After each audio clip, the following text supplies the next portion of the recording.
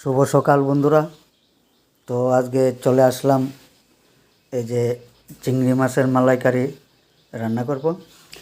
আসলে আজকে আমার শালার জন্য মেয়ের বাড়ি থেকে আসবে, তো তাদের জন্য রান্না করা হবে। অন্য রান্নার জন্য যদিও পাকুশি আছে, স্পেশালি এই চিংড়ি মাছের মালাইকারি রান্না করব আমি নিজে। তো আজকে অনেকগুলা চিংড়ি মাছ দিয়ে রান্না হবে। এই যে চিংড়ি মাছগুলিকে আগে ভেজে নেব এবং কী কী উপকরণ লাগছে একটু দেখুন। এই যে এখানে আছে আদা রসুন পেস্ট, কাঁচামরিচ পেস্ট, এই যে পেঁয়াজ পেস্ট, এই যে শস্য বাটা, এবং এখানে আছে কিশমিশ এবং কাজু বাদাম পেস্ট। তো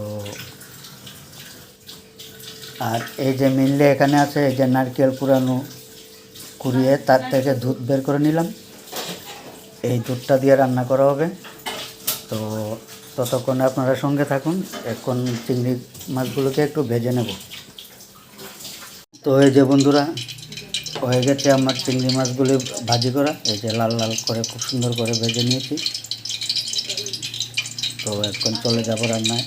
আরেকটা জিনিস বলতে ভুলে গেছি, এই যে উপকরণের মধ্যে আরেকটা জিনিস লাগছে। এই যে নিয়েছি টক দই, টক দইটাও লাগে। তো তেল গরম হতে দিচ্ছি।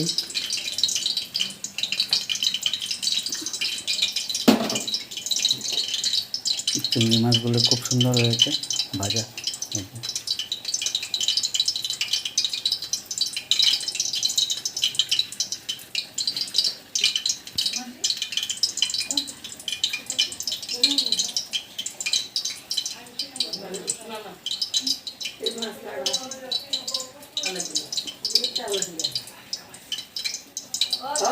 তো বন্ধুরা, তেল গরম হয়ে গেছে, এবার দিয়ে দেব দুটো লংয়ের টুকরা,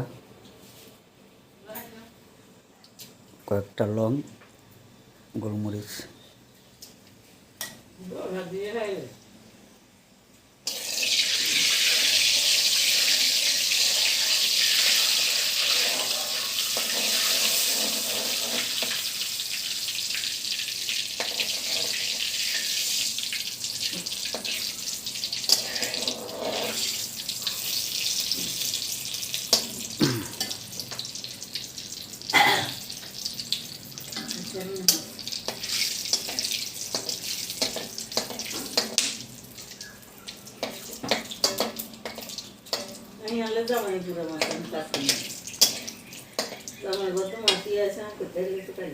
তো এখন দিয়ে দেবো এই যে পেঁয়াজ পেস্ট,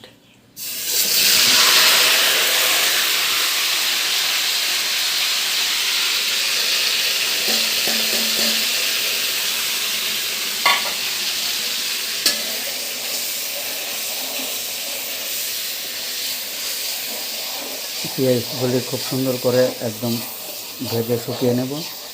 তারপর একে একে সবগুলো উপকরণ দিয়ে দেব। তো ততক্ষণে আপনারা সঙ্গে থাকুন। তো এই যে বন্ধুরা, হয়ে গেছে আমার গলদা চিংড়ির মালাইকারি। এই যে চিংড়ি মালাইকারি।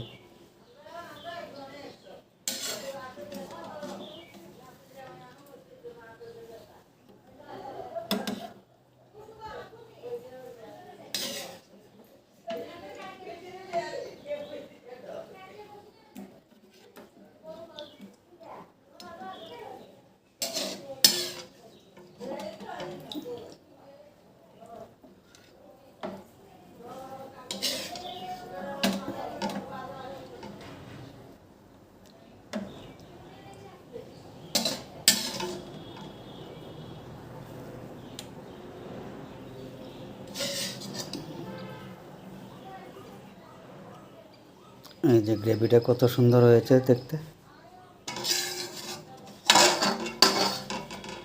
তো এখন পরিবেশন করা হবে। তো দেখতে আপনাদের কাছে কীরকম লাগছে একটু কমেন্ট করে জানাবেন।